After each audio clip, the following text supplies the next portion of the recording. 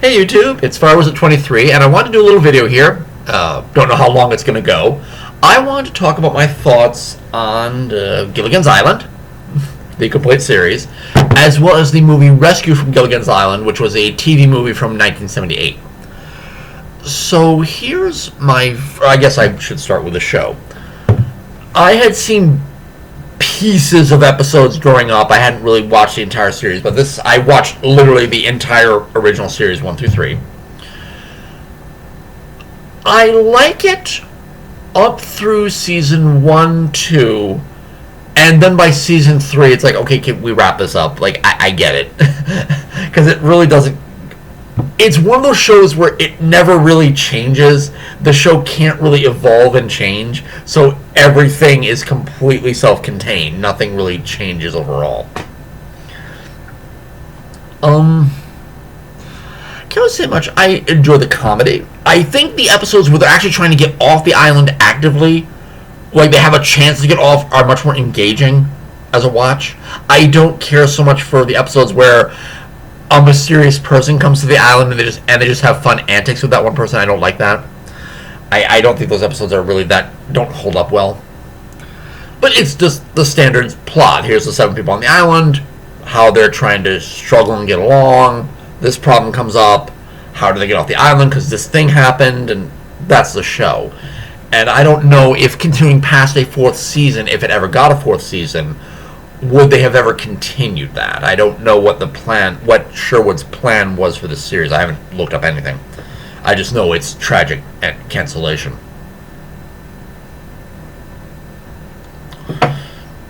I give the series like a B- in terms of TV.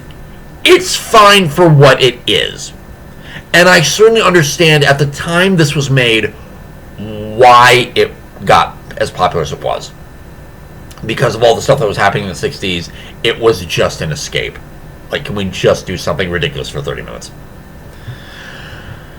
And so I dedicated myself remembering in my mind, like, oh, there was a rescue movie that was done. I'd watched documentaries with the cast and stuff where they said, like, look, we came back 13 years later and we did this.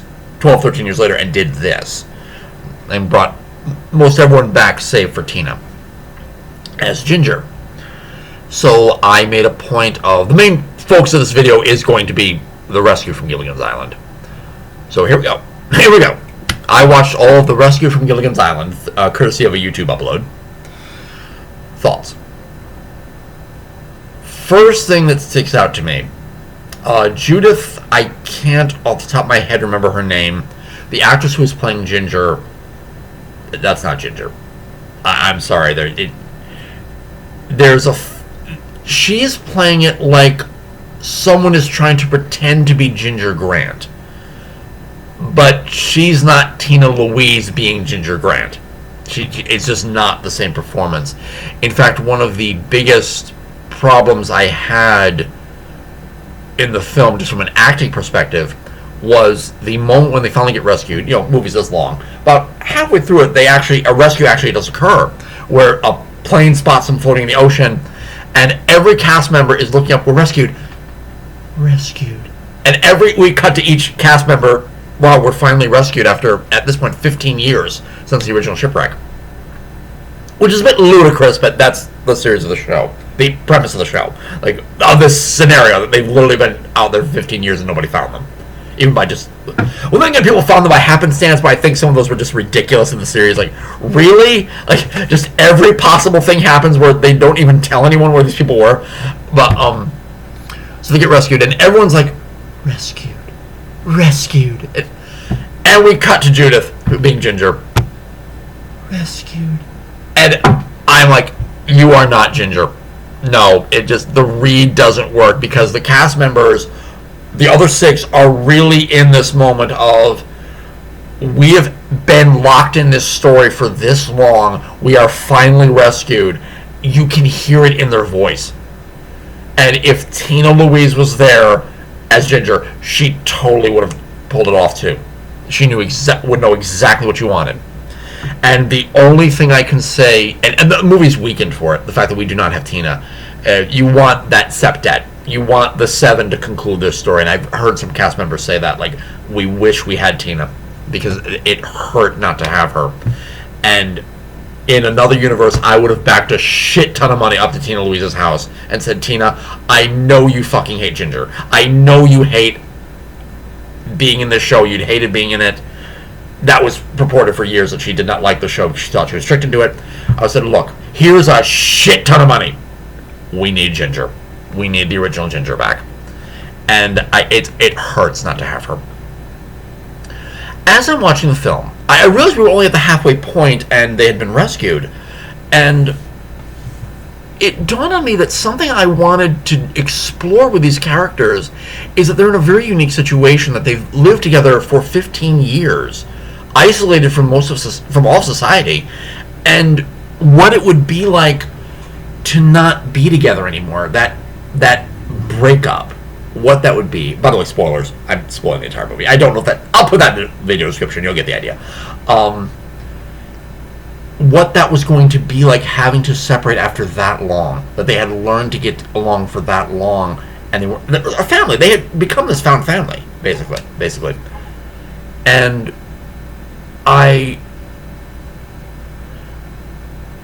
they get rescued. There's a huge... And first of all, I can't imagine... When people heard that this was the rescue from Gilligan's Island, all of the crowd scenes we see in Hawaii of them being greeted and rescued, there had to be fans. Like, can I please be in this shot to welcome them back? To finally see Gilligan and the crew back on the mainland. And so I can't imagine it was hard to find extras for those crowd scenes. They must have had so much fun. And in New York and all those different places. And then we get into kind of this ridiculous subplot, which... They're trying to be Gilligan's Island the show, and I think something that hurts this film is it's trying to be the show. It's trying to still be comedic. And all throughout this film, even while they're still on the island and on the mainland, they're trying to do these little jokes here and there, but there's no laugh track. So it doesn't hit the same. The joke doesn't work. And it's not that you couldn't have some comedy in this, but I feel like we're dealing with something that's far more serious. Their actual rescue is a fairly dramatic, important thing, and I don't know if comedy was necessarily the angle to go here. And I think it weakened the film to try to have as much comedy as it did, to try to be essentially an extended Gilligan's episode 13 some odd years later after the series had ended. But they get back to the mainland. The item that falls from the sky lands on the island. That gives them the barometer reading that tells the professor that the tidal wave is coming. Turns out that's like from a Russian spy satellite, and these Russian spies are now chasing the group, trying to get Gilligan, who's got it wrapped around his neck. And there's this really heartfelt scene that is in the side of the Russians talking about getting this part together, where all the cast members are realizing they're going their separate ways. These castaways are going their separate ways, and they greet and hug each other. They hug each other like, I'm gonna miss you people. That for all our pains, for all the tragedies we went through, we made it through together, and we are this found family. And I feel like we should have focused so much on that moment. I didn't like that was interrupted by this comedy and this other plot. I think that's such a huge plot. In retrospect, I look at that and I'm like, they should have focused more on this. I would have gotten these dramatic shots, Lovey in tears, Ginger not even acting, just like crying in earnest. Like, even Gilligan could be like, oh, Ginger, you don't have to act for the cameras. I'm not acting! Like, she's actually like really upset, and Marianne beside herself, and even the men hug and like, wow, we made it through together. We did it. And we go off their separate ways, and we find out that the skipper can't get his boat back unless he gets a signature from all the people who are on the boat proving that he didn't cause the accident. The insurance won't pay him out. So this incites a reason for them to go see how the other castaways are doing. And an interesting thing the film brings up, which is they've been gone for 15 years. What has happened in the world since they've been gone, 63 to 78? A few months presiding, that's why I get 15 years. And I think they do it I think it's done pretty well. Ginger is horrified at the way Hollywood has changed, that she's asked to basically be naked on screen. She's like, I won't do this. This isn't right. This isn't acting to me. Professor is mortified at the speed of life and how much he's missed and how forward women are. The Howells, despite how they're back in their upper class lives, despite how simple Gilligan and the skipper are, they overhear their friends talking very roughly about Gilligan and the skipper, and they're like, "Out! Like, how dare you talk to our friends like that? We respect these people. We made it through together. We're a family." And they go to see Marianne, and she's trying to marry this guy who waited for her for 15 years, and she's like, I've changed. I don't love him anymore. It's not the same. And I think that creates a continuity error from the series, because I don't think she ever mentioned that she had a lover. I know there's one episode where she pretended to have a boyfriend, but that was a lie, from what I can remember. But drama. They're just trying to throw in the drama. And all this time, these Russian spies are chasing them. And then finally, at the very end of the movie, they get arrested.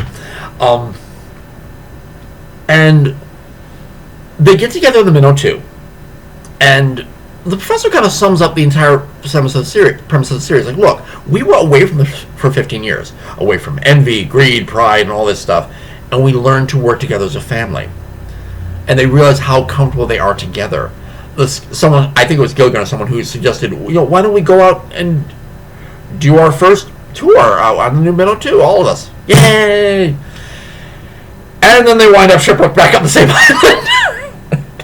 Which is admittedly a really funny thing. I would love this light comedy, but then that actually happens again, the exact same thing. And my thought and they actually kind of end it right there that they're stuck again. And that leads into the Castaways of Gilligan's Island, which I haven't seen that film, but I'm just judging this one. And I would have done where I would have saved it for when they got shipwrecked back on the island. I would have saved the professor's speech. I would have given them like a new radio. They got new, like, to say the comm still works, and they're able to radio for help. And they're like, they're back around the tiki torches, back around the chairs and the huts, that maybe some temporary huts they made, and they're like, you know what? To the island.